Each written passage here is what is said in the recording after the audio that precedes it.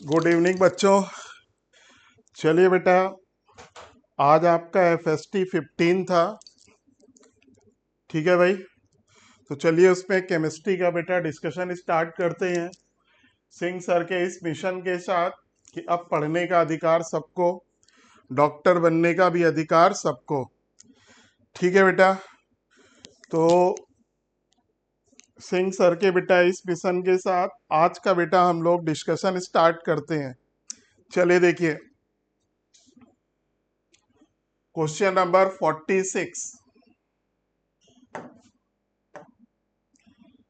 Thermochemistry का question है बेटा। हीट ऑफ न्यूट्रलाइजेशन,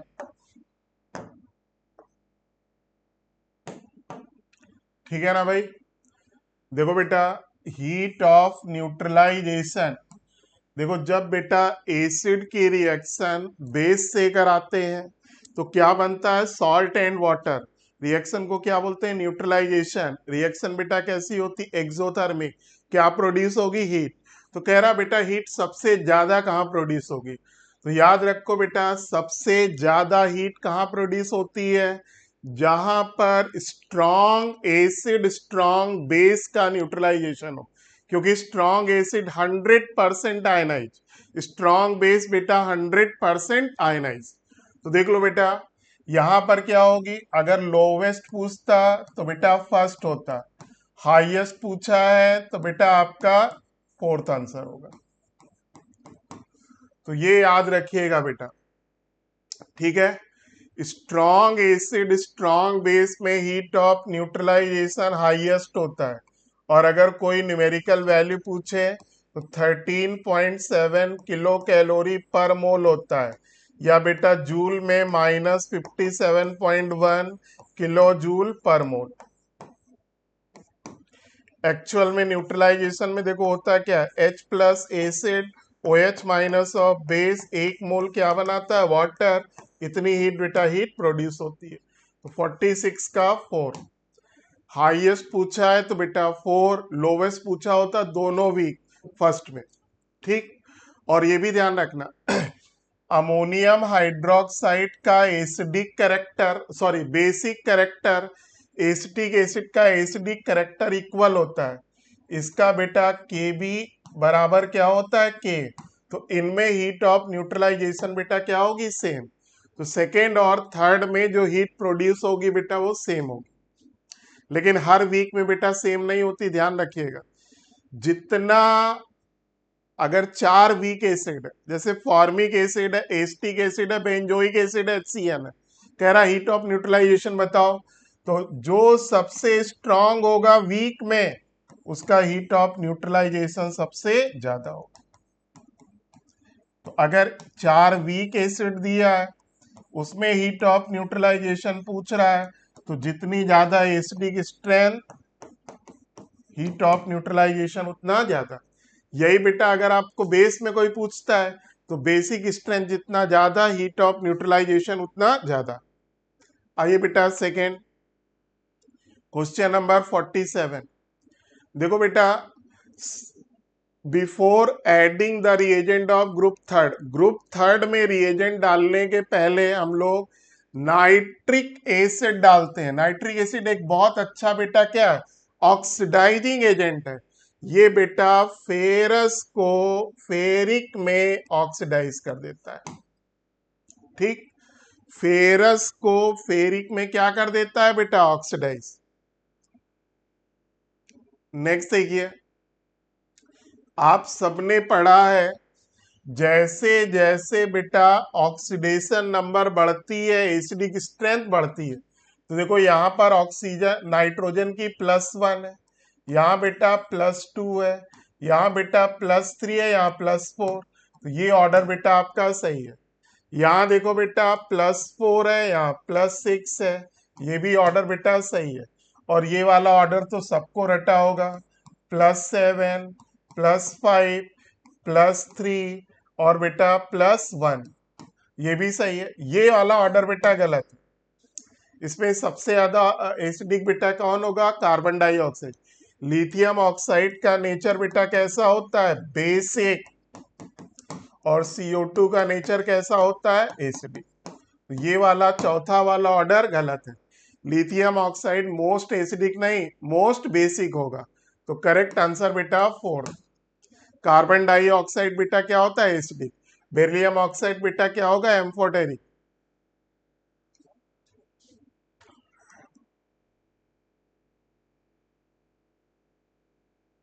और देखो बेटा, लेफ्ट टू राइट जाओगे तो बेटा एसिडिक स्ट्रेंथ क्या होती है, बढ़ती है। तो CO2 बेटा मोस्ट एसिडिक होगा, लिथियम ऑक्साइड मोस्ट बेसिक होगा।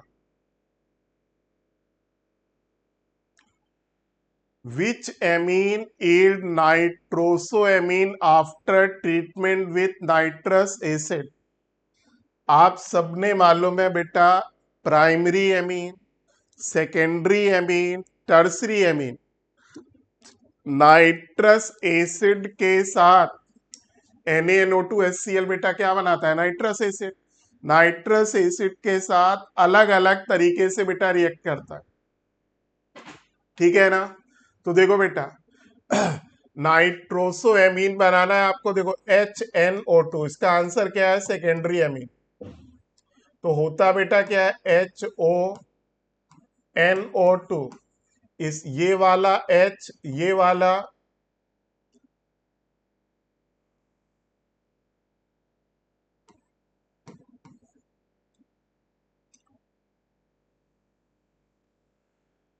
तो देखो बेटा, नाइट्रोसोएमीन यानी बेटा N से क्या जुड़ना है, NO। तो NaNO2HCl बेटा रिएक्ट करके क्या बनाता है, HNO2, ठीक है ना।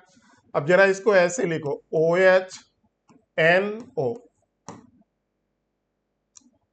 HNO2 हो गया।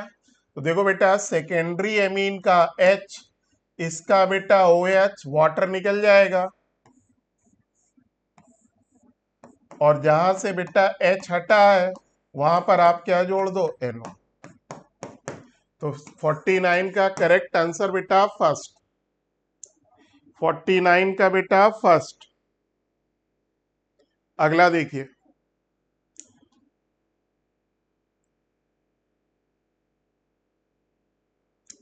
जबकि प्राइमरी एमीन बेटा देखो, प्राइमरी एमीन HNO2 के साथ क्या बनाती हैं, बेंजीन डाइजोनियम क्लोराइड। जबकि सेकेंडरी और टर्सरी एमीन नाइट्रस एसिड से अलग तरीके से रिएक्ट करती है।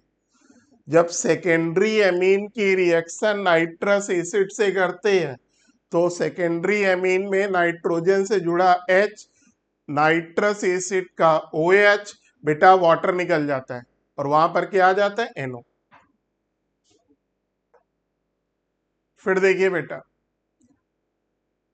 बेंजल्डिहाइड को किससे नहीं बनाया जा सकता है, benzaldehyde can not be synthesised by Rosenmund reaction. ये तो बेटा सबको रटा होगा, RCOCl, R की जगह आप C6H5 ले लो।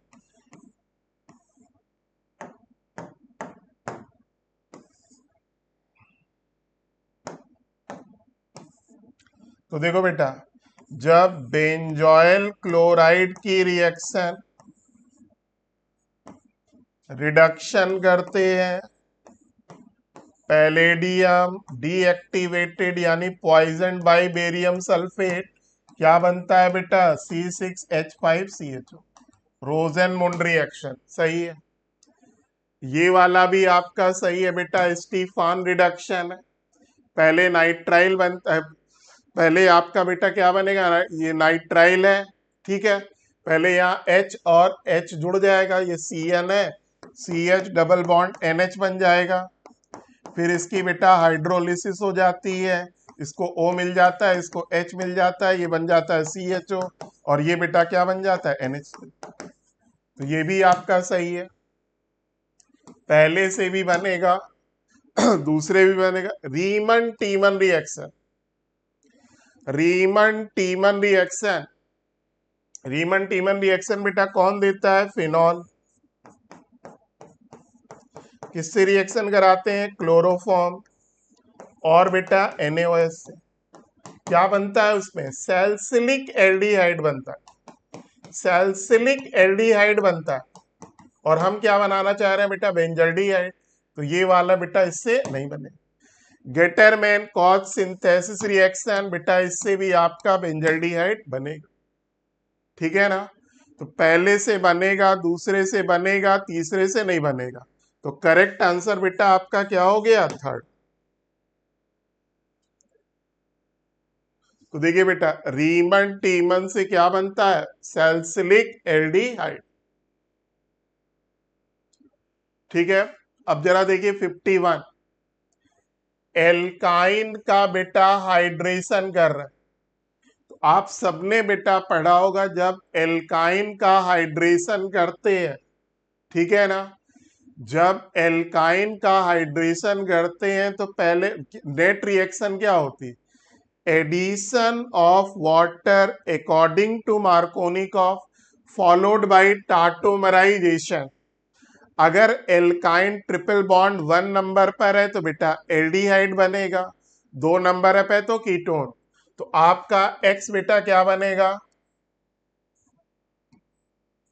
एक्स बेटा आपका होगा CO, और इधर बेटा क्या हो जाएगा? CH3।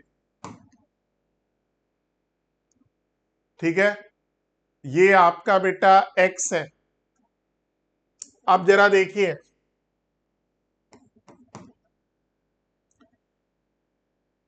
अब देखो बेटा, HCN का एडिशन करो, न्यूक्लियोफिलिक एडिशन। कौन अटैक करेगा पहले बेटा? न्यूक्लियोफाइल CN-, न्यूक्लियोफाइल अटैक करेगा।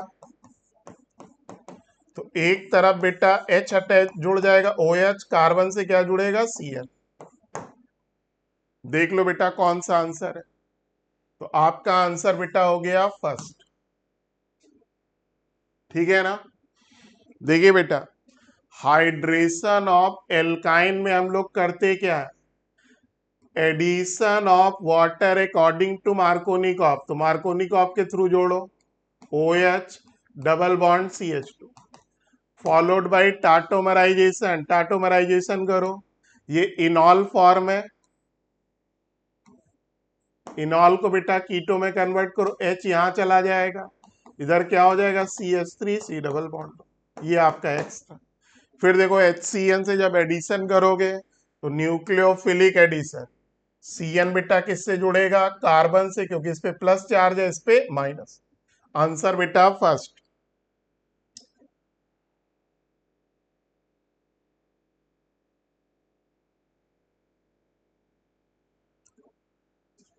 Benzene and toluene form an ideal solution. Vapour pressure of pure benzene बेटा 100 है। आप बेंजीन को बेटा A मान लो, टॉल्वीन को बेटा B मान लो। तो PA0 बेटा कितना है? 100। PB0 बेटा कितना है? 50। तो PA0 बेटा डायरेक्ट फार्मूले पर क्वेश्चन है, 100। PB0 बेटा कितना हो गया? 50। अब देखो ये क्या कह रहा है, mole fraction of benzene XA बेटा 1/3 है। ऑब्वियस सी बात है बेटा, टॉल्वीन क्या होगा? 2/3 होगा। क्या पूछ रहा? Mole fraction of benzene in vapour face. Vapour face का मतलब YA पूछ रहा। YA बेटा क्या होगा? PA upon total P।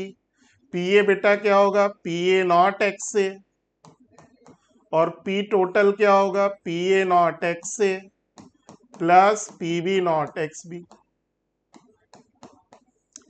Value रखो बेटा, 100 into 1/3 upon 100 into 1/3 plus 50 into 2/3। अब जरा देखिए बेटा, ऊपर देखो क्या हुआ, 100/3, नीचे LCM बेटा 3 ले लो। तो 3 लोगे तो बेटा ये 100 प्लस 100, 200/3 हो गया।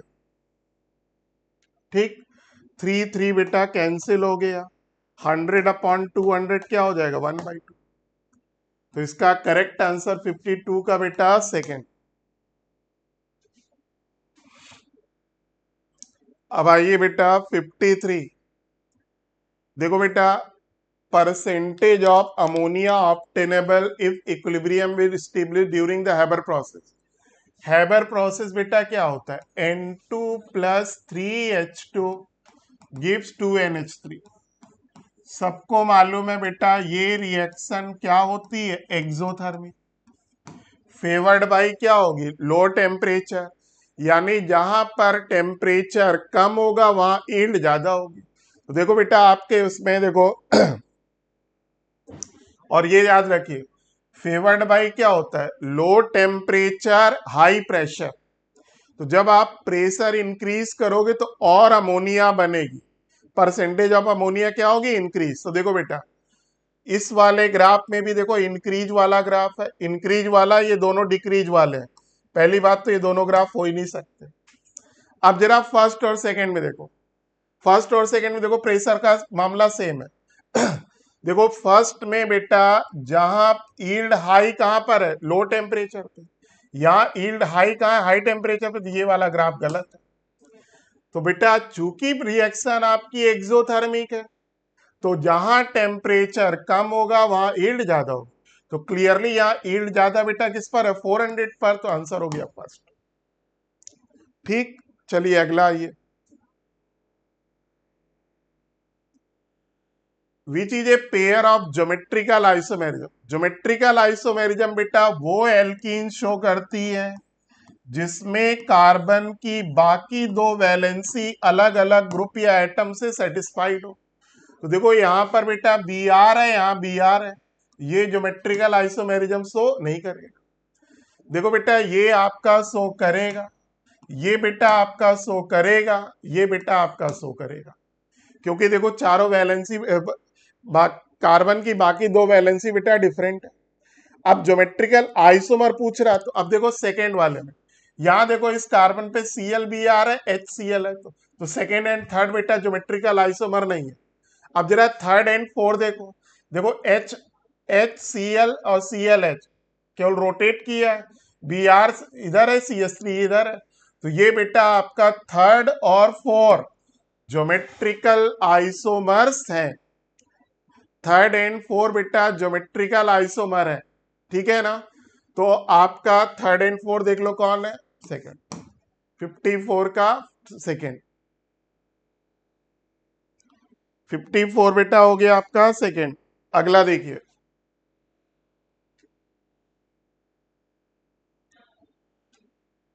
आपको बेटा एक गैसियस रिएक्शन दिया, उसका रेट दिया, कह रहा इनिशियली 0.6 0.8 था। तो पहले बेटा इनिशियल रेट निकाल लो जरा। रेट इनिशियल क्या होगा, के ए इंटू बी स्क्वायर है, रख दो बेटा इनिशियल वैल्यू के। ये बेटा कितना है 0.6, और ये बेटा 0.8 का स्क्वायर हो गया। अब जरा देखिए इनिशियली ये बेटा 0.6 है, ये 0.8 है, 0 0। ये कह रहा कुछ समय बाद सी बेटा कितना बना 0.2। तो बेटा आपका डी भी कितना बनेगा 0.2। सी की स्टाइक्योमेट्री कितनी 1 है, तो ए की भी कितनी होगी 1।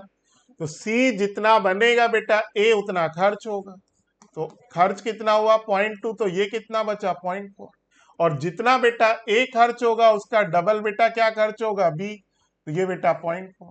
अब जरा नया रेट देखो, नया रेट क्या होगा के।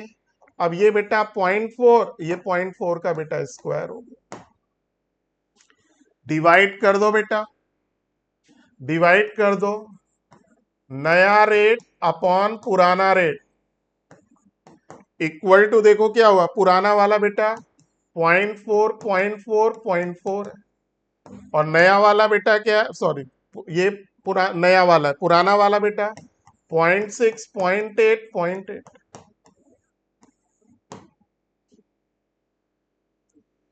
अब जरा इसको जरा सॉल्व करिए। देखो डेसिमल तो सबका ऐसे हट गया, 4 दूनी 8 हो गया, 4 दूनी 8 हो गया, 2 दूनी 4 हो गया, और 2 तिहाई बेटा क्या हो गया 6 हो गया। तो यहां देखो बेटा, एक दो कटा है तो तीन दूनी छह हुआ ना अभी। तीन दूनी देखो बेटा, ये चार दूनी आठ, चार दूनी आठ, और बेटा ये आपका चार से चार कैंसिल कर लो। एक मिनट, डिवाइड करोगे तो के और के बेटा कैंसिल हो जाएगा। अब जरा देखो नया रेट क्या है, 0.4, 0.4, 0.4। पुराना वाला बेटा क्या है, 0.6, और बी कितना था, 0.8, 0.8।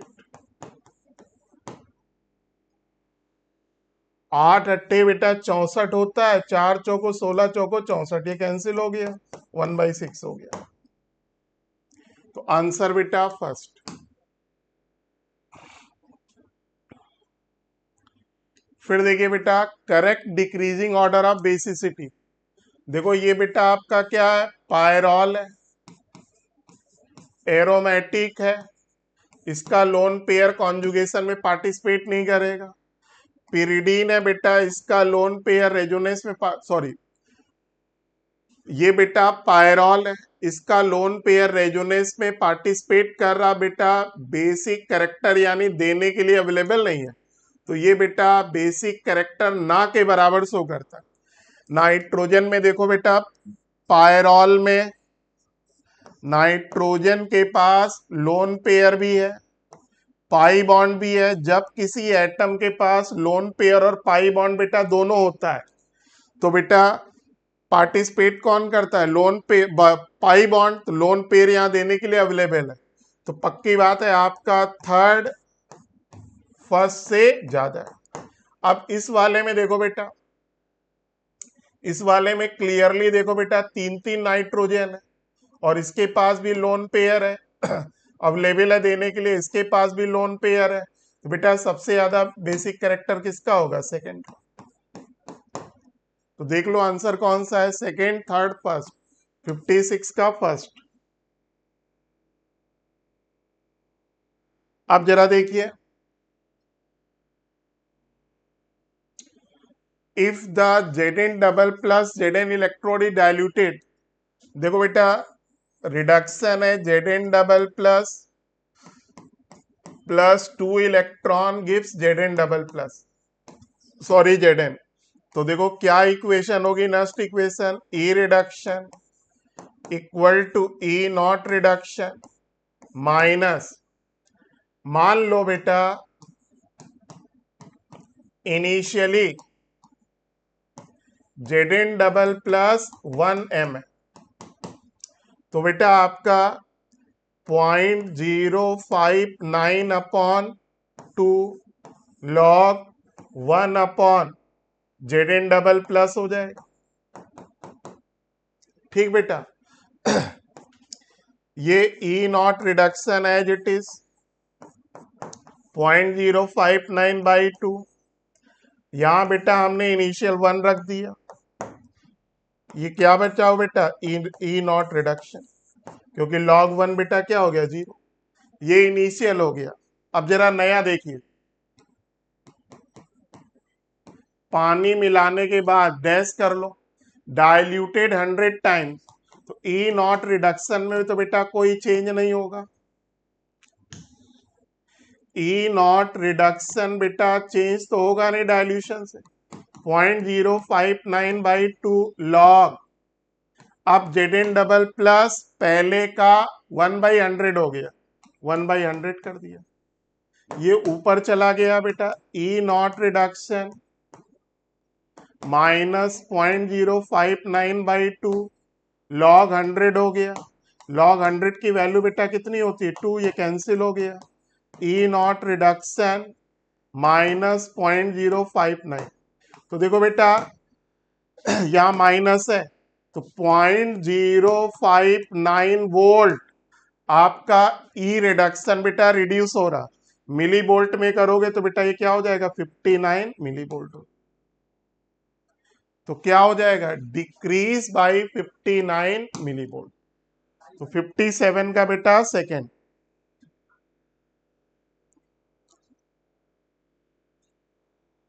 Which of the following carbonyl compound give two product when reacted with NH2 है। देखो बेटा, कार्बोनिल कंपाउंड की रिएक्शन हाइड्रोक्सिल एमीन से करा रहे हैं। यहां से बेटा वाटर निकाल दो, तो ये आपका C डबल बॉन्ड NOH होगा। अब जरा देखिए बेटा, ये आपका मेन प्रोडक्ट है। अगर बेटा कार्बोनिल ग्रुप के ये जो दो ग्रुप है, कार्बोनिल ग्रुप में इधर देखिए, ये आपका ऑक्सिम बना। आप सबको मालूम होना चाहिए ऑक्सिम बेटा ज्योमेट्रिकल आइसोमेरिज्म शो करते हैं। अगर यहां पर और यहां पर जो ग्रुप जुड़ा हुआ है, अगर वो दोनों डिफरेंट है तो बेटा ज्योमेट्रिकल आइसोमर शो करेगा और दो आइसोमर बन जाएगा। अब बेंजोफिनोन है बेटा, बेंजोफिनोन में यहां पर भी C6H5 C6H5 दोनों बेटा सेम, तो ये ज्योमेट्रिकल आइसोमेरिज्म शो नहीं करेगा। बेंजल्डिहाइड में बेटा एक तरफ C6H5 होगा, एक तरफ H होगा, ये बेटा ज्योमेट्रिकल आइसोमेरिज्म शो कर देगा। एसीटोन में बेटा दोनों तरफ CH3 होगा, तो ये बेटा ज्योमेट्रिकल आइसोमेरिज्म शो नहीं करेगा। इसका ऑक्सिन 3 पेंटेनोन पेंटेनोन 3, ये भी बेटा सिमेट्रिकल है।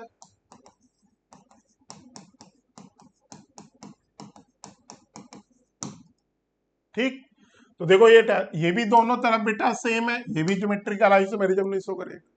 तो याद रखो, ठीक, पहला भी बेटा सिमेट्रिकल कीटोन है, तीसरा भी सिमेट्रिकल कीटोन है, चौथा भी सिमेट्रिकल कीटोन है। इसका ऑक्सिम ज्योमेट्रिकल आइसोमेरिज्म शो नहीं करेगा। किसका शो करेगा बेटा, बेंजल्डिहाइड का। एसिटल्डिहाइड का शो करेगा, लेकिन फॉर्मेल्डिहाइड का बेटा शो नहीं करेगा। तो 58 का answer second. For the reaction PCl5, देखो ये बेटा रिएक्शन है, एरो नहीं बना हुआ है,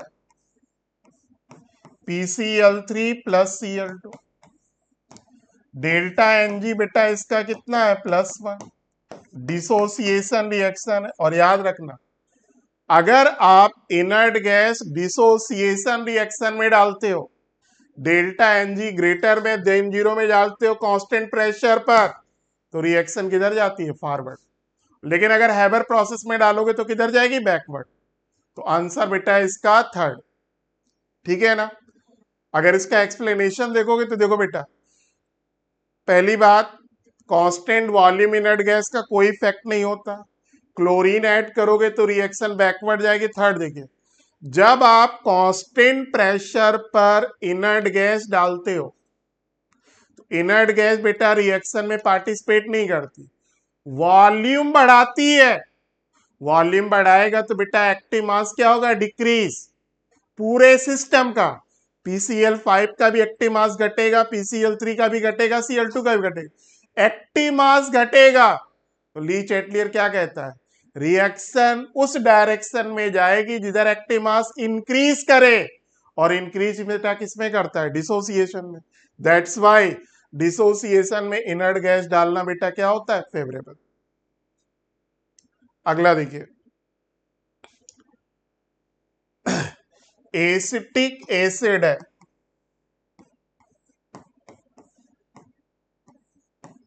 इसके पास बेटा 3 अल्फा हाइड्रोजन है।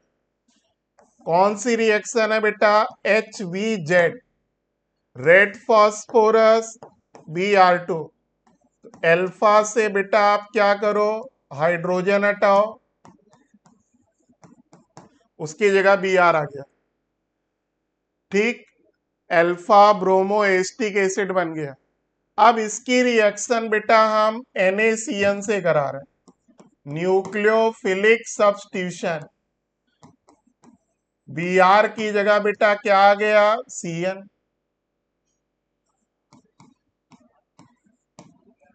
फिर देखो बेटा इसकी हम क्या कर रहे हैं, हाइड्रोलिसिस। सबको मालूम है हाइड्रोलिसिस पर CN बेटा किसमें कन्वर्ट हो जाएगा, COOH। अब इसको बेटा आप हीट कर रहे हो, तो जब हम डाई कार्बोक्सिलिक एसिड को बेटा हीट करते हैं, तो हीट करोगे तो इसका COOH हट जाएगा, यहां से CO2 रिमूव होगा और ये H बेटा यहां पर जुड़ जाएगा, तो H फर्दर बेटा इसके पास जाएगा तो क्या हो जाएगा, CH3, और एक COOH बेटा पहले से बना रहेगा। आंसर बेटा क्या होगा, एसिटिक एसिड। अगला देखिए, ये देखिए HBZ रिएक्शन के बारे में केवल बताया है इन्होंने। Ratio of radius of 1/3 and 5, तो आप सबको मालूम है रेडियस का फॉर्मूला क्या होता है, 0.529n² Z। तो रेडियस बेटा इन डायरेक्टली प्रोपोर्शनल किसके, n² के, तो रख दो बेटा n बराबर 1 रखोगे तो 1 का स्क्वायर, फिर बेटा क्या है 3 का स्क्वायर, फिर बेटा क्या है 5 का स्क्वायर, तो 1925 हो गया, 61 का सेकेंड।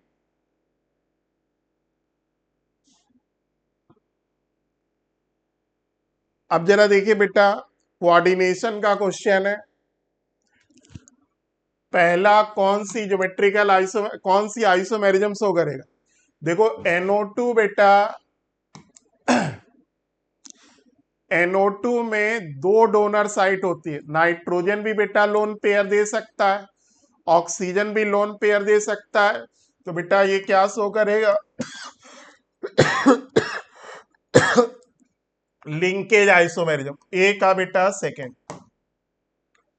अब देखो बेटा, क्रोमियम की भी कोऑर्डिनेशन नंबर 6 है, इसकी भी 6 है, तो बेटा यहां पर भी मोनोडेंटेड है, यहां पर भी मोनोडेंटेड, तो हम इसकी पोजीशन को चेंज कर सकते हैं, कोऑर्डिनेशन स्पेयर में लिगेंड चेंज कर सकते हैं, और जब लिगेंड चेंज करते हैं तो उसको हम लोग क्या बोलते हैं, कोऑर्डिनेशन आइसोमेरिज्म। बी का थर्ड हो गया। फिर देखो सी में, सल्फेट को अंदर लाए Cl को बाहर लाए तो बेटा आयनाइजेशन हो जाएगा, तो आयनाइजेशन बेटा यहां देखो आयनाइज करेंगे तो सल्फेट आयन मिलेगा, अगर इसको अंदर कर दे Cl को बाहर कर दे तो बेटा आपका आयन अब Cl- मिलेगा, तो C का बेटा क्या हो जाएगा 4 हो जाएगा। ए का सेकेंड, बी का थर्ड, सी का 4। अब डी देखो, डी बेटा क्या है, आप बेटा 3 Cl अंदर कर दो 3 वाटर बाहर कर दो, या 1 Cl अंदर कर दो 1 वाटर बाहर कर दो, इसको हम लोग क्या बोलते हैं बेटा, सॉल्वेटेड आइसोमेरिज्म। तो डी का बेटा क्या है, आ जाएगा फर्स्ट, तो 62 का बेटा 4।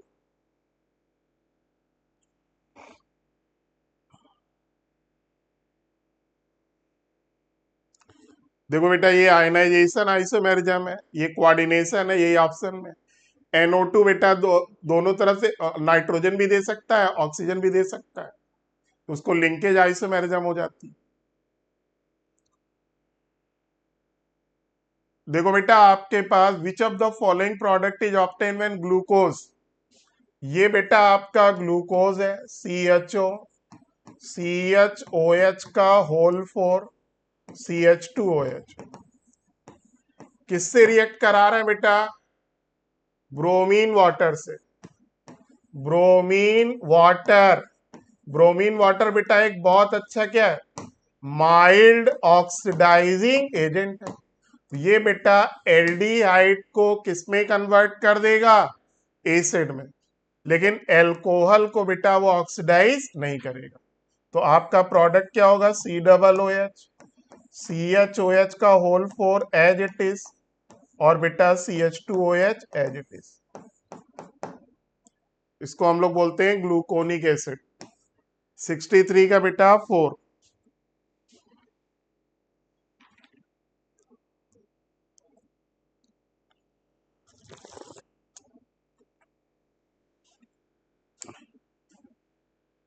देखिए वही रिएक्शन ही पूछा है। देखिए बेटा यहां एरो बेटा नहीं है, एक्चुअल रिएक्शन ये P+Q gives R + 20 kilo calorie, तो देखो जब रिएक्शन में प्लस क्यू हो तो डेल्टा एच बेटा क्या होता है, माइनस क्यू। ठीक। फॉरवर्ड की बेटा एक्टिवेशन, एक्टिवेशन ऑफ फॉरवर्ड बेटा कितना दिया है, 60। एक्टिवेशन ऑफ बैकवर्ड बेटा आप पूछ रहे मान लो x है, तो आप सबने पढ़ा होगा heat of reaction, activation of forward minus activation of backward, direct formula है बेटा। यहाँ क्या रखा, -20, यहाँ बेटा 60, यहाँ बेटा x, इधर लाओगे तो x प्लस हो गया, इधर 20 ले जाओगे प्लस हो जाएगा, प्लस 80 हो जाएगा। 64 का सेकेंड।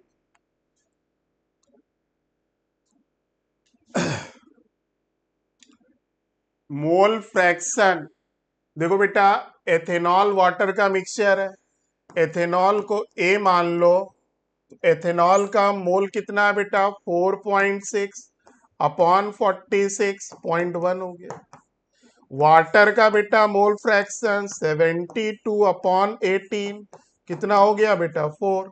तो बेटा मोल फ्रैक्शन ऑफ एथेनॉल क्या होगा, 0.1 अपॉन 0.1 प्लस 4, तो ये हो गया 0.1 अपॉन 4.1, पॉइंट पॉइंट हटा दो, 1 अपॉन 41 हो गया।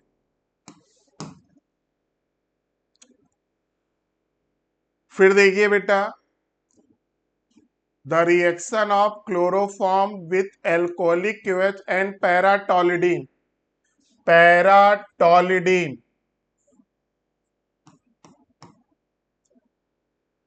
The reaction of chloroform paratoluidine, ये पैराटोलिडीन है।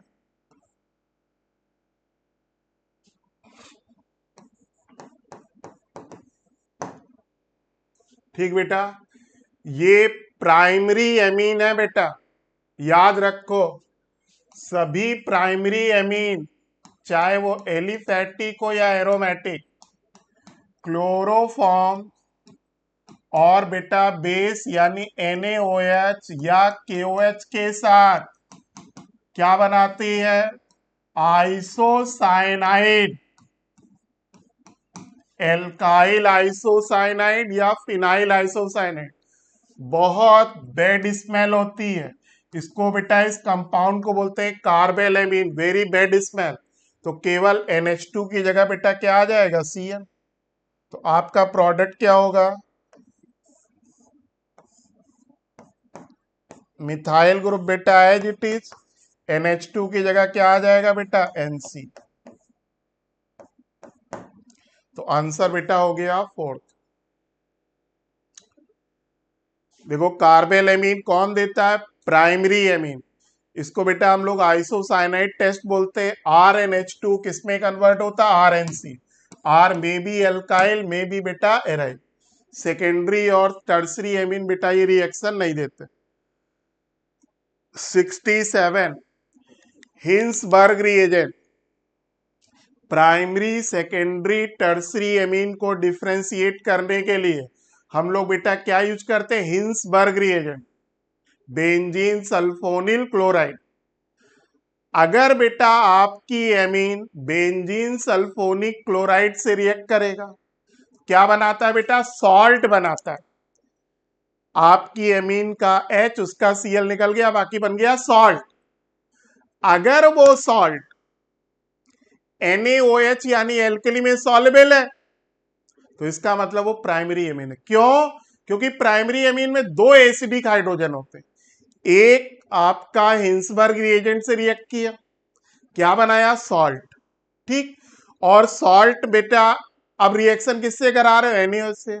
NaOH क्या है, स्ट्रॉन्ग बेस है, बेस को क्या चाहिए, एसिडिक हाइड्रोजन, वो किसके पास होता है, प्राइमरी एमीन वाले सॉल्ट के पास।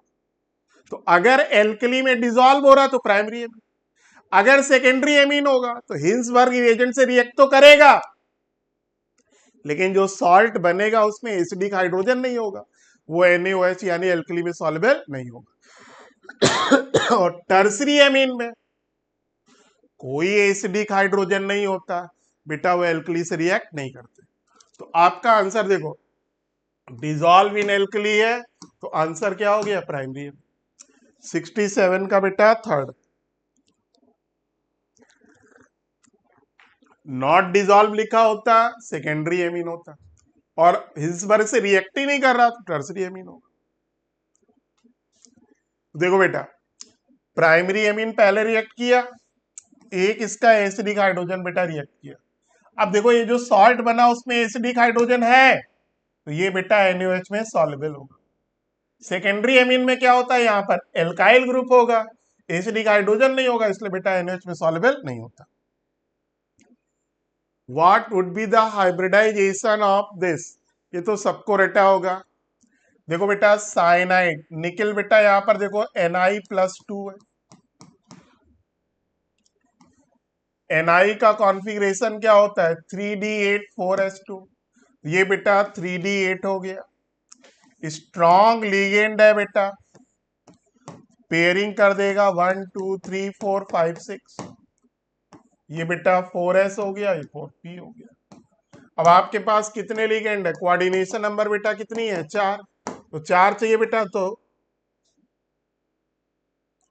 Cn है ना 8 इलेक्ट्रॉन, 3D8 है, तो ये बेटा यहां से एक D ले लिया, ये S ले लिया, और यहां से 2p ले लोगे,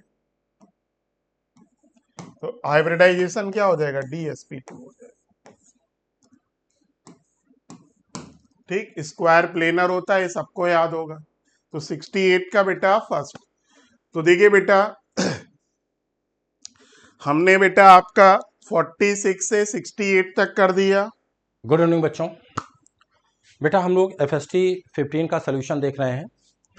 आपने क्वेश्चन नंबर 45 से लेकर के 68 तक विजय सर के साथ डिस्कस किया, और अब 69 ऑनवर्ड हम आपके साथ डिस्कस कर रहे हैं। आइए देखा जाए क्वेश्चन नंबर 69।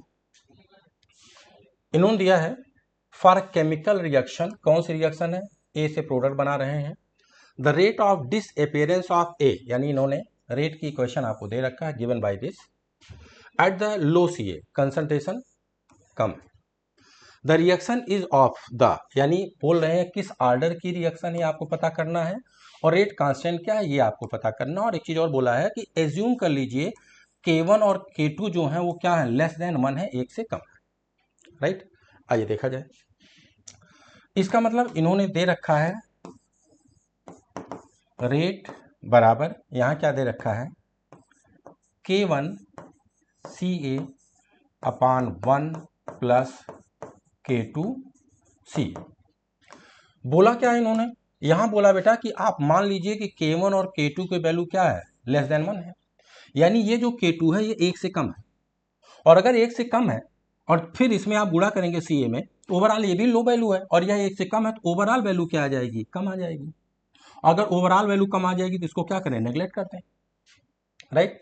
अगर आपने इसे नेगलेक्ट कर दिया तो अब 1 से डिवाइड करना, 1 से डिवाइड करने से कोई फर्क पड़ता नहीं, तो इसका मतलब क्या हो गया, ये भी नेगलेक्ट हो गया। तो अब आपको क्या मिला कि रेट बराबर है K1 CA कंसंट्रेशन ऑफ ए। अच्छा, पावर कुछ लिखी नहीं है, तो इसका मतलब हम इसका पावर क्या मान लें, एक। कंसंट्रेशन की जो पावर होती है वो क्या होती है, ऑर्डर, यानी इस इक्वेशन के लिए, इस रिएक्शन के लिए ऑर्डर की अगर बात करें तो क्या हो जाएगा, फर्स्ट ऑर्डर रिएक्शन हो जाएगी।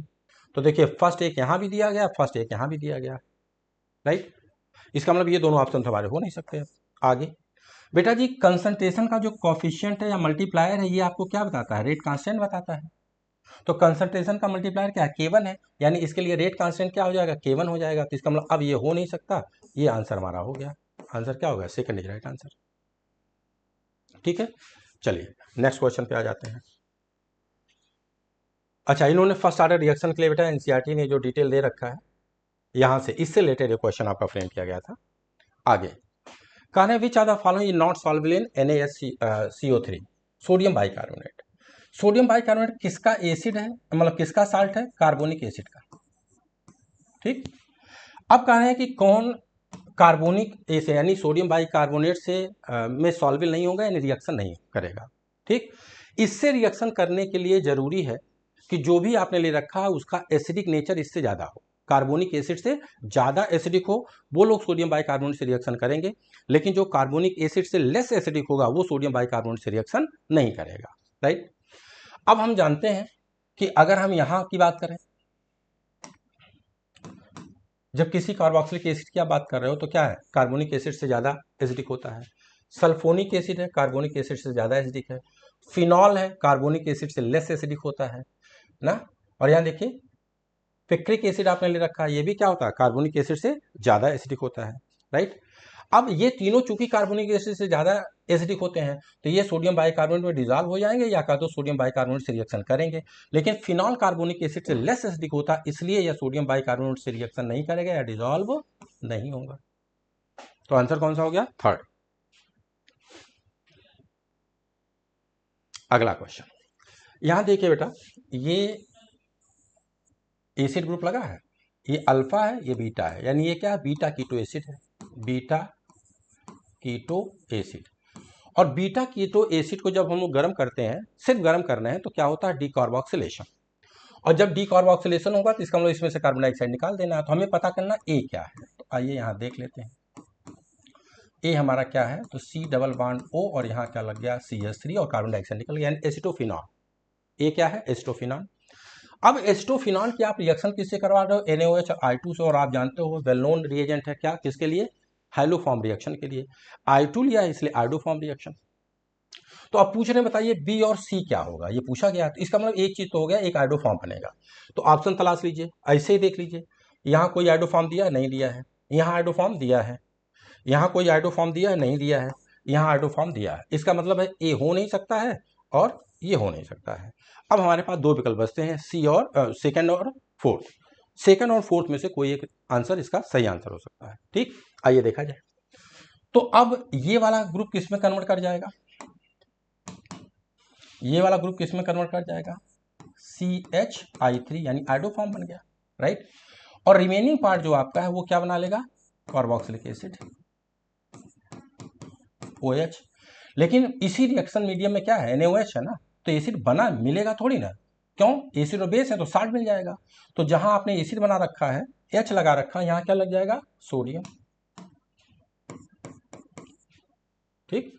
तो आपको जो प्रोडक्ट ए और बी सी बोला गया है, इसमें से बी और सी में से कोई एक क्या होगा, आइडोफॉर्म, और दूसरा क्या हो जाएगा, सोडियम साल्ट ऑफ एसिड। तो इसका मतलब यहां भी नहीं है, ठीक। क्यों, डिकार्बोक्सिलेशन करवा लेने, नंबर ऑफ कार्बन देखो यहाँ सेम ही रखा तो है, तो कौन सा हो जाएगा, फोर्थ इज राइट आंसर। अगला क्वेश्चन, अच्छा ये जो पीछे आपने रिएक्शन देखा बेटा, उसी रिएक्शन से रिलेटेड इन्होंने एनसीईआरटी के किस कॉन्सेप्ट और बेस क्वेश्चन फ्रेम किया गया, ये आपको दिया गया है।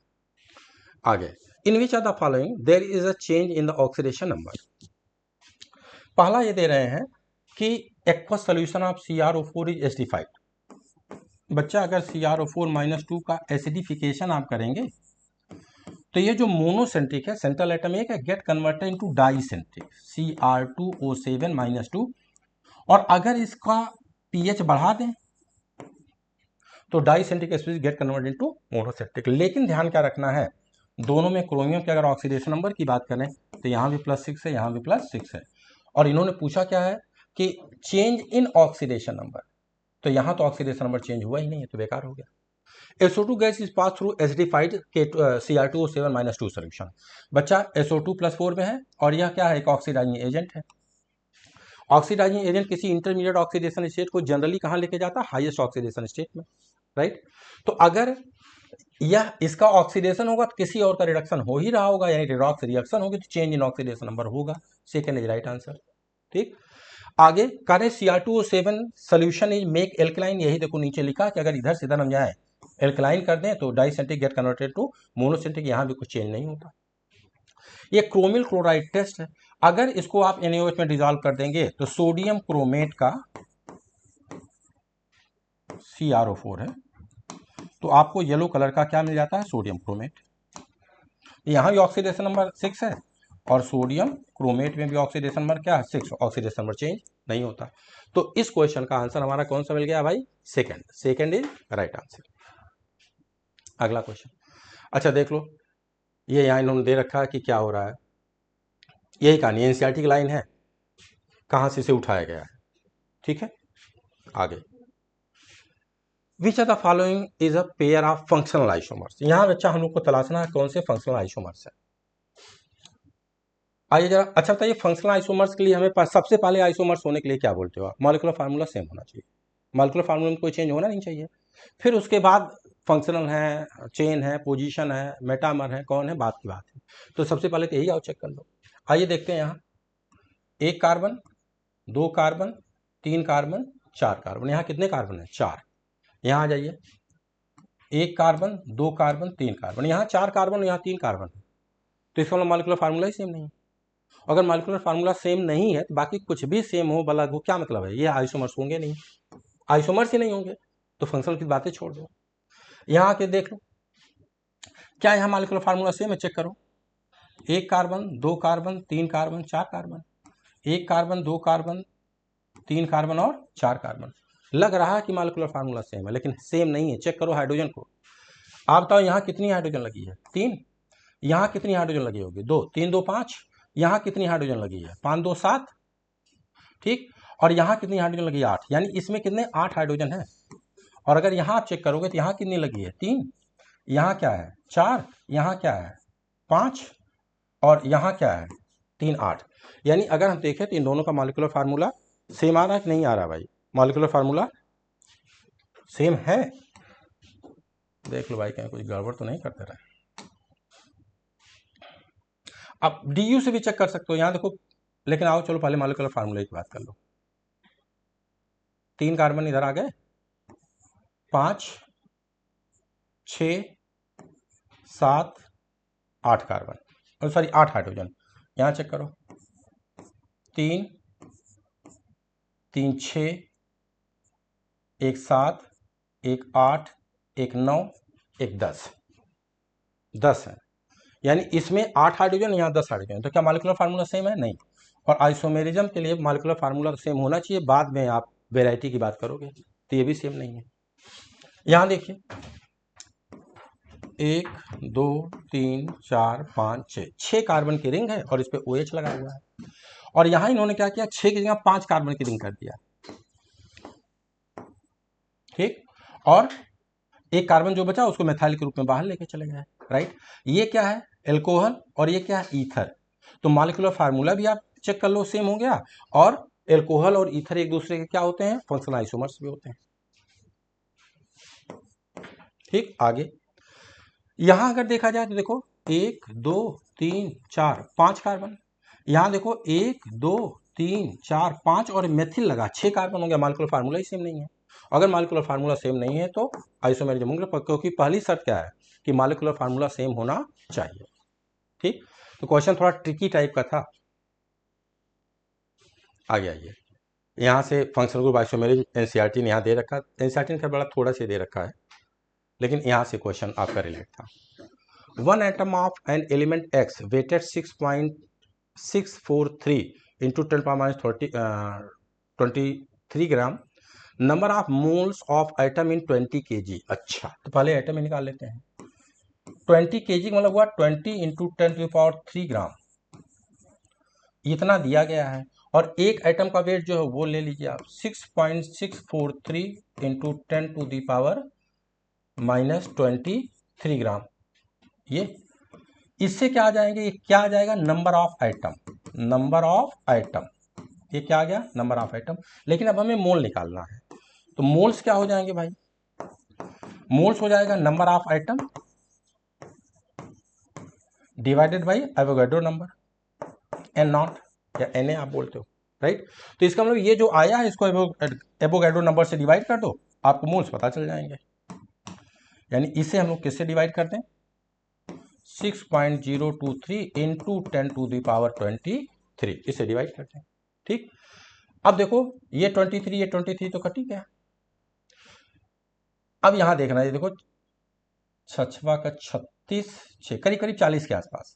इसे अगर हम सॉल्व करेंगे तो करीब करीब 40 के आसपास आ जाएगा। और अगर ये 40 के आसपास आ रहा है तो 20 दूनी 40, और ये क्या है 1000 को 2 से डिवाइड कर दो, क्या आ जाएगा 500 मोल्स हो गए। ठीक है, अगला क्वेश्चन यहाँ दे रखा है, मोल निकालने के लिए आइटम हो तो मोल कैसे कन्वर्ट करेंगे, मोल है तो आइटम कैसे कन्वर्ट करेंगे। अगले पे आ जाइए, इन्होंने बोला है in which are the following reaction primary alcohol can be formed as a major product. आपको बनाना है 1 degree primary alcohol major product के रूप में होना चाहिए। यहाँ देखिए हाइड्रोबोरेशन ऑक्सीडेशन की बात हो रही है, यानी अल्टीमेटली आपको क्या जोड़ना है, HOH, लेकिन किसके अकॉर्डिंग होगा, anti Markovnikov, anti Markovnikov, right.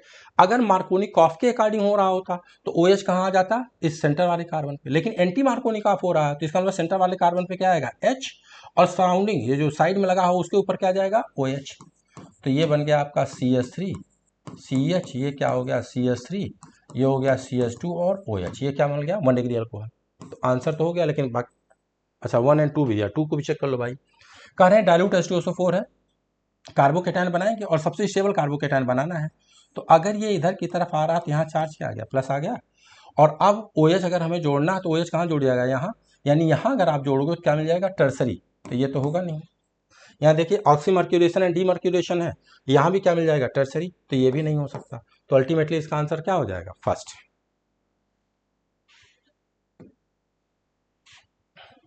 यहाँ देखिए दे रखा है इन्होंने मार्कोनिकॉफ एंटी मार्कोनिकॉफ से related, which are the following reaction represent the delta HF, अच्छा स्टैंडर्ड हीट ऑफ फॉर्मेशन। देखो भैया standard of heat of formation के लिए सबसे पहली बात क्या, 1 मोल आपको बनाना होता है, और दूसरी बात क्या है, जो एलिमेंट्स लिया है अपने स्टैंडर्ड फॉर्म में लेना है, स्टैंडर्ड फॉर्म में एलिमेंट्स लेना है। यहाँ इन्होंने डायमंड ले रखा, यही गड़बड़ हो गया, अगर एक ग्रेफाइट होता तो बात हो जाती, तो इसका मतलब ये तो गया। यहाँ देखिए H2 गैस है, ये गैस और 1 मोल गैस बन रही है, स्टैंडर्ड फॉर्म आ गया। यहाँ 2 मोल बन रहा है, ये भी गलत हो गया, क्यों, 1 मोल बनाना होता, 2 मोल बनाना नहीं होता। यहाँ देखिए CO आप ले रहे हो, उनको एलिमेंट जब आप स्टैंडर्ड हीट ऑफ फॉर्मेशन की बात कर रहे हो तो इसका मतलब क्या है, जिनसे बना रहे हो वो अपने एलिमेंटल नेचुरल फॉर्म में होना चाहिए। तो कार्बन डाइऑक्साइड CO से कार्बन डाइऑक्साइड थोड़ी बनी, कार्बन जैसे ऊपर वाला लिखा था ग्रेफाइट से आप बनाते तो हो जाता, तो इसका मतलब ये भी नहीं होगा। तो आंसर इसका कौन सा हो गया, सेकंड।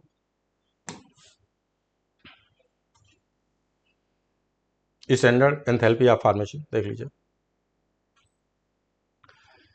आगे। In the haloalkane halogen is good leaving group, they shows different type of nucleophilic substitution reaction, ठीक है, विच इज नॉट करेक्ट। अच्छा अगर केसीएन लेंगे, ये बोले हैं न्यूक्लियोफाइल, यहाँ इन्होंने बोला कि मान लीजिए केसीएन लिया, यानी ये जो ले रखा यहाँ दिया है इन्होंने सब।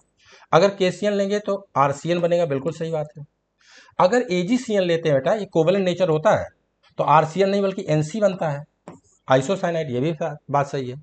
एल्कोहलिक केओएच अगर सॉरी एक्वस केओएच ले लेंगे तो क्या हो जाएगा, सिंपली OH जुड़ जाएगा, ROH हो जाएगा, ये भी सही बात है। और KNO2 लेंगे तो RNO2 नहीं मिलेगा, बल्कि क्या मिल जाएगा, RONO, ठीक, RONO। तो ये आपको गलत हो गया, ये सही मैच नहीं है, और यही इन्होंने पूछा है क्या, which is not correctly matched.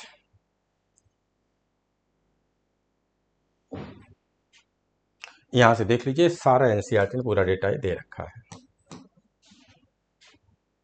अगर AgNO2 लेते तो देखो आपको क्या RNO2 मिल जाता, ठीक। अब पिछले वाला चेक कर लो, अगर आपने KNO2 लिया है, यहां देख लो KNO2 भी इन्होंने दे ही रखा है,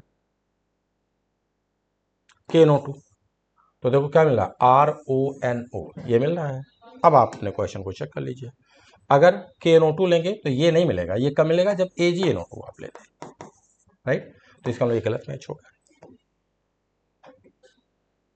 अगला question, according to molecular orbital theory which of the following does not exist. अगर एग्जिस्ट नहीं कर रहा है तो इसका मतलब बॉन्ड ऑर्डर क्या होना चाहिए, 0, ठीक, निकाल लीजिए। H2 का बॉन्ड ऑर्डर क्या आ जाएगा, 1, ठीक। H2+2 बोल रहे हैं, सॉरी He2+2 बोल रहे हैं, तो इसका भी बॉन्ड ऑर्डर क्या आ जाएगा, 1। N2- बोल रहे हैं, तो 5 2 10 1 11, बॉन्ड ऑर्डर क्या आ जाएगा, 2.5। और H2-2 बोल रहे हैं, बॉन्ड ऑर्डर क्या आएगा, 0, और अगर बॉन्ड ऑर्डर 0 है तो स्पीशीज एग्जिस्ट नहीं करेगी, ठीक है। अगला क्वेश्चन कई साल पूछा गया, देखो इतने साल पूछेंगे NCERT, इससे जहां पेज कट किया गया वहां लिखा हुआ आगे, select the correct order of size. अच्छा हम लोग जानते हैं कि एनायन पेरेंट एटम से बड़ा होता है, कैटायन पेरेंट एटम से छोटा होता है, और माइनस चार्ज जितना ज़्यादा होता है साइज उतनी ज़्यादा होती है, ठीक।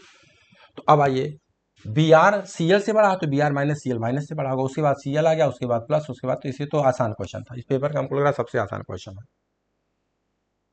कुछ करना ही नहीं है। भाई Cl से Br बड़ा है तो Br माइनस Cl माइनस से बड़ा हो जाएगा। उसके बाद न्यूट्रल एटम, क्यों, एनायन अपने पेरेंट एटम से बड़े हो जाते हैं, राइट। इसके बाद Na प्लस और Li की बात करें तो Na क्या है, Li से बड़ा है तो Na प्लस भी Li प्लस से बड़ा हो जाएगा, क्यों, नंबर ऑफ सेल चेंज हो जाएगी। यहाँ इन्होंने सारा डेटा दे रखा है। अब वहां आयंस दे रखे हैं, यहाँ एटॉमिक फॉर्म में डेटा दे रखा है। Select the amphoteric substance in the following.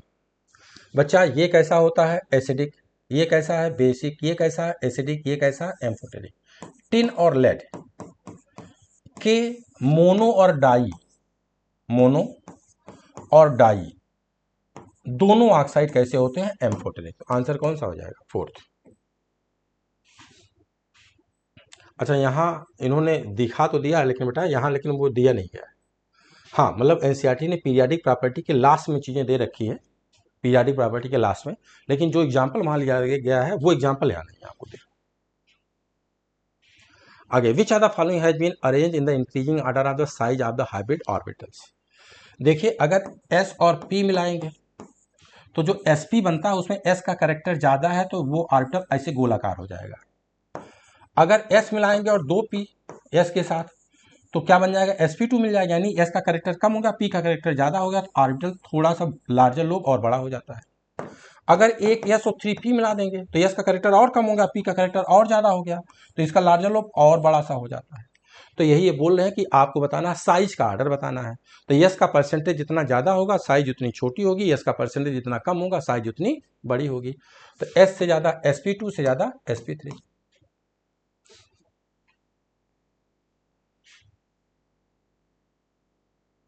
अगला, which are the following compound is non polar and non planar. सबसे पहली बात है नॉन पोलर बताना है एंड नॉन प्लेनर। तो पहले नॉन पोलर तलाश लो कौन है। ये कैसा है, पोलर हो नहीं सकता, ये कैसा है, पोलर ये हो नहीं सकता, एक ये हो सकता है और एक ये हो सकता है, ठीक, क्यों, यही दोनों नॉन पोलर हैं। अब इसमें अगर आओगे तो हाइब्रिडेशन क्या हो जाएगा, sp2, और अगर sp2 हाइब्रिडेशन हो गया तो ज्योमेट्री क्या हो जाएगी, ट्राइगोनल प्लेनर, ट्राइगोनल प्लेनर। यहां आ जाओगे तो हाइब्रिडेशन क्या हो जाएगा, sp3, और अगर sp3 हो गया तो ज्योमेट्री कैसी हो जाएगी, टेट्राहेड्रल। तो इन्होंने पूछा क्या है, non polar and non planar, planar भी नहीं होना चाहिए, तो आंसर कौन सा हो जाएगा, फोर्थ।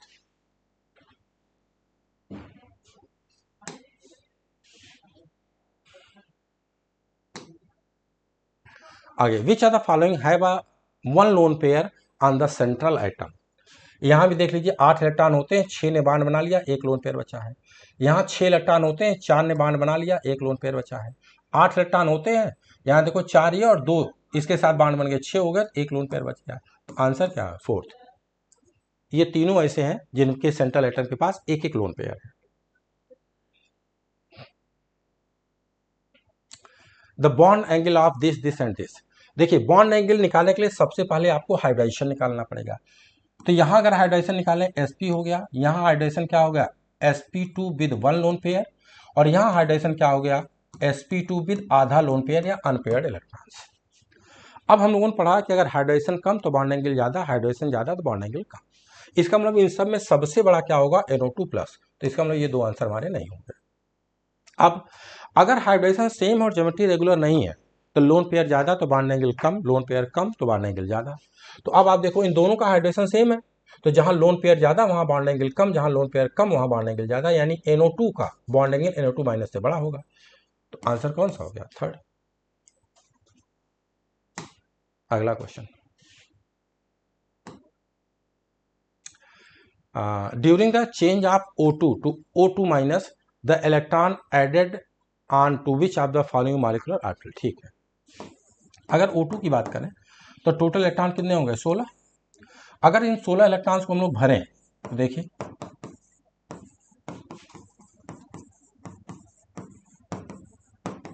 डिजेनेरेट ऑर्बिटल जो पाई बॉन्ड बनाते हैं वो इस केस में क्या हम लोग लेते हैं, 23 12 इलेक्ट्रॉन भर दीजिए 16, 2 2 4 2 6 2 8 2 10 1 11 1 12 1 13 1 14 1 15 1 16। अब कह रहे हैं कि O2 माइनस को O2 माइनस 2 में ले जा रहे हो, यानी इसमें इसका क्या कर रहे हो, इलेक्ट्रोनेशन, इसमें इलेक्ट्रॉन ऐड कर रहे हो तब ये क्या बना रहा है, O2 माइनस, यानी इलेक्ट्रोनेशन कर रहे हो। तो जब एक इलेक्ट्रॉन आएगा तो आप बताओ जाएगा कहाँ, यहाँ जहां पे इलेक्ट्रॉन पाले वहीं तो पेयरिंग होगी। और ये है क्या बेटा, एंटी बॉन्डिंग पाई मॉलिक्यूलर ऑर्बिटल है। और अगर आप बोल रहे हो एंटी बॉन्डिंग पाई मॉलिक्यूलर ऑर्बिटल, इसका मतलब ये क्या है, पाई स्टार है। ठीक, देखो pi star.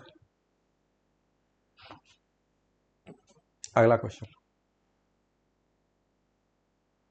Which are the following species is non polar with presence of polar bond and lone pair of electron on central atom. पहली बात क्या चाहिए, नॉन पोलर। तो देखिए ये क्या है, नॉन पोलर है, ये क्या है, पोलर है, हट गई, ये क्या है, नॉन पोलर है, और ये भी क्या है, नॉन पोलर है। तो तीन आपको मिल गई स्पीशीज जो नॉन पोलर है। अब अगला शर्त क्या है, प्रेजेंस ऑफ पोलर बॉन्ड। तो इन सब में बॉन्ड पोलर है, कोई दिक्कत नहीं है। आगे कह रहे हैं and lone pair of electron on central atom. ये पोलर तो है लेकिन सेंट्रल एटम पे कोई लोन पेयर नहीं है। ठीक, ये पोलर तो है लेकिन सेंट्रल एटम पे दो लोन पेयर है, राइट। और ये मतलब ये नॉन पोलर तो है लेकिन सेंट्रल एटम पे क्या, दो लोन पेयर है। और ये क्या है, ये भी नॉन पोलर है लेकिन सेंट्रल एटम पे कोई लोन पेयर नहीं है। तो इन्होंने पूछा था कि नॉन पोलर आपको बताना है और सेंट्रल एटम पे लोन पेयर होना चाहिए। तो नॉन पोलर ये है, ये तीनों है, लेकिन यहाँ सेंट्रल एटम पे कोई लोन पेयर नहीं, यहाँ कोई लोन पेयर, लेकिन यहाँ दो लोन पेयर है। इसका मतलब आंसर कौन सा हो गया, थर्ड।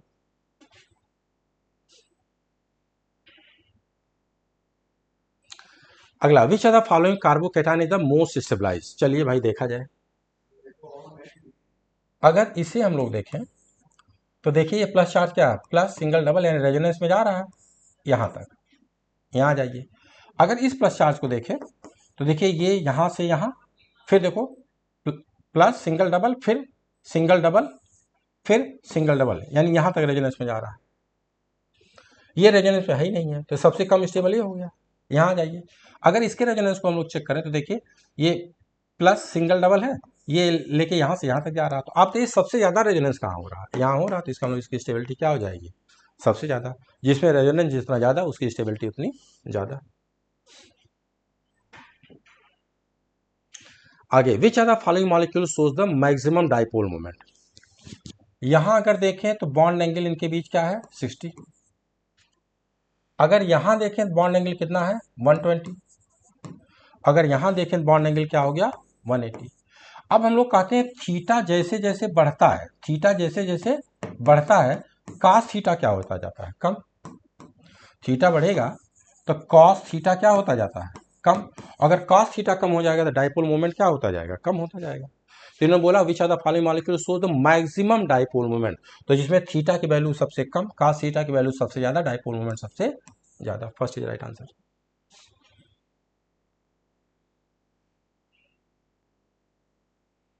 अगला क्वेश्चन, अच्छा यहां देखिए के इक्विलिब्रियम और 1/t का ग्राफ दिया गया है, और इस ग्राफ को देख करके ये बताना है कि बताइए यह रिएक्शन किस नेचर की है, मतलब ये ग्राफ किस नेचर के रिएक्शन के लिए आपको दिया गया है। ठीक, आइए देखा जाए। सबसे पहले ये ध्यान दीजिए कि अगर टेम्परेचर बढ़ाने पर, ध्यान दीजिए, अगर टेम्परेचर बढ़ाने पर के इक्विलिब्रियम बढ़े, अगर टेम्परेचर बढ़ाने पर के इक्विलिब्रियम बढ़ रहा है तो इसका मतलब रिएक्शन कैसी होनी चाहिए, एंडोथर्मिक। भाई एंडोथर्मिक अगर रिएक्शन होगी तो टेम्परेचर बढ़ाएंगे तो रिएक्शन कहाँ जाएगी, फॉरवर्ड डायरेक्शन में। ठीक, और अगर टेम्परेचर बढ़ाने पर के इक्विलिब्रियम कम हो, के इक्विलिब्रियम कम हो तो इसका मतलब रिएक्शन कहाँ आ रही है, बैकवर्ड डायरेक्शन में आ रही है। तो इसका मतलब ये क्या होना चाहिए, एक्सोथर्मिक। ठीक, तो इतनी तो है कि अगर टेम्परेचर बढ़ने पर इक्विलिब्रियम आगे शिफ्ट कर रहा है तो इसका मतलब क्या है, कि इक्विलिब्रियम बढ़ रहा है तो इसका मतलब एंडोथर्मिक है, और अगर कम हो रहा तो एक्सोथर्मिक। अब यहाँ आ जाइए, आप बताइए अगर के इक्विलिब्रियम बढ़ेगा तो लॉग के इक्विलिब्रियम भी बढ़ेगा। अब जरा यहाँ देखिए, अच्छा यहाँ इस एक्स एक्सिस पे क्या लिखा, 1/t। 1/t का मतलब क्या हुआ, जब इधर से इधर आप जा रहे हो तो टेम्परेचर बढ़ नहीं रहा बल्कि टेम्परेचर क्या हो रहा, कम हो रहा, 1/t है। ठीक, तो टेम्परेचर टी की वैल्यू अगर बढ़ा रहे हो तो 1/t की वैल्यू क्या, कम होती जाएगी। तो इसका मतलब जब आप एक्स एक्सिस पर लेफ्ट राइट मूव करें तो टेम्परेचर क्या हो रहा है, कम होता जा रहा है। और जब टेम्परेचर कम होता जा रहा है तो जरा देखिए लॉग के इक्विलिब्रियम क्या कर रहा है, बढ़ रहा है। इसका मतलब अगर टेम्परेचर कम हो रहा है, टेम्परेचर कम हो रहा है और इक्विलिब्रियम बढ़ रहा है, टेम्परेचर कम तो इक्विलिब्रियम बढ़ रहा है, तो इसका मतलब रिएक्शन कैसी हो जाएगी, एक्सोथर्मिक। तो आंसर कौन सा हो जाएगा, फर्स्ट इज राइट आंसर। इस क्वेश्चन को देखते हैं हम लोग। कह रहे हैं rank the following alkenes in order of decreasing heat of hydrogenation, largest first. तो सबसे पहले अगर हीट ऑफ हाइड्रोजनेशन की बात करते हैं तो ये क्या होता है, इनवर्सली प्रोपोर्शनल टू स्टेबिलिटी, ठीक। और स्टेबिलिटी क्या होती है, directly proportional to number of alpha hydrogen, number of alpha hydrogen. अब पहले स्टेबिलिटी सबकी चेक कर लेते हैं, आओ भैया देखा जाए। अल्फा हाइड्रोजन चेक करो, यहाँ अल्फा हाइड्रोजन कितना है, देखो 2, यहाँ अल्फा हाइड्रोजन 3 यहाँ और 3 यहाँ, कितनी है 6। यहाँ अल्फा हाइड्रोजन देखो 3 यहाँ और 3 यहाँ, कितना है 6। यहाँ अल्फा हाइड्रोजन देख लो 3 यहाँ है, 3 यहाँ है और 2 यहाँ है, तो 3 3 6 2 8। तो सबसे ज़्यादा स्टेबल सेकंड और सबसे कम स्टेबल फर्स्ट है, यानी फर्स्ट का हीट ऑफ हाइड्रोजनेशन सबसे ज़्यादा और सेकंड का सबसे कम। इसका मतलब ये तो ऑप्शन हमारे चले गए। अब यहाँ ध्यान देना, ये देखिए ये कौन सा है, ट्रांस, और ये कौन सा है, सिस। ये सिस है, राइट। कौन ज़्यादा स्टेबल होता है और कौन कम स्टेबल होता है, तो बच्चा ट्रांस की स्टेबिलिटी ज़्यादा होती है और सिस की स्टेबिलिटी कम। और अगर सिस की स्टेबिलिटी कम है तो आपने लिखा है हीट ऑफ हाइड्रोजनेशन नहीं, इनवर्सली प्रोपोर्शनल स्टेबिलिटी, तो स्टेबिलिटी कम तो हीट ऑफ हाइड्रोजनेशन ज़्यादा और स्टेबिलिटी ज़्यादा तो हीट ऑफ हाइड्रोजनेशन कम, यानी राइट आंसर कौन सा हो गया, 4th। तो चलिए बच्चा, thank you, I hope paper आपका अच्छा हुआ होगा। FST का पेपर बन भी रहा बहुत दमदार, ट्रिकी क्वेश्चन, बहुत लेंथी तो नहीं, लेकिन हाँ मिक्स है, क्वेश्चन बड़े ट्रिकी टाइप के होते हैं। तो बाकी थैंक यू वेरी मच।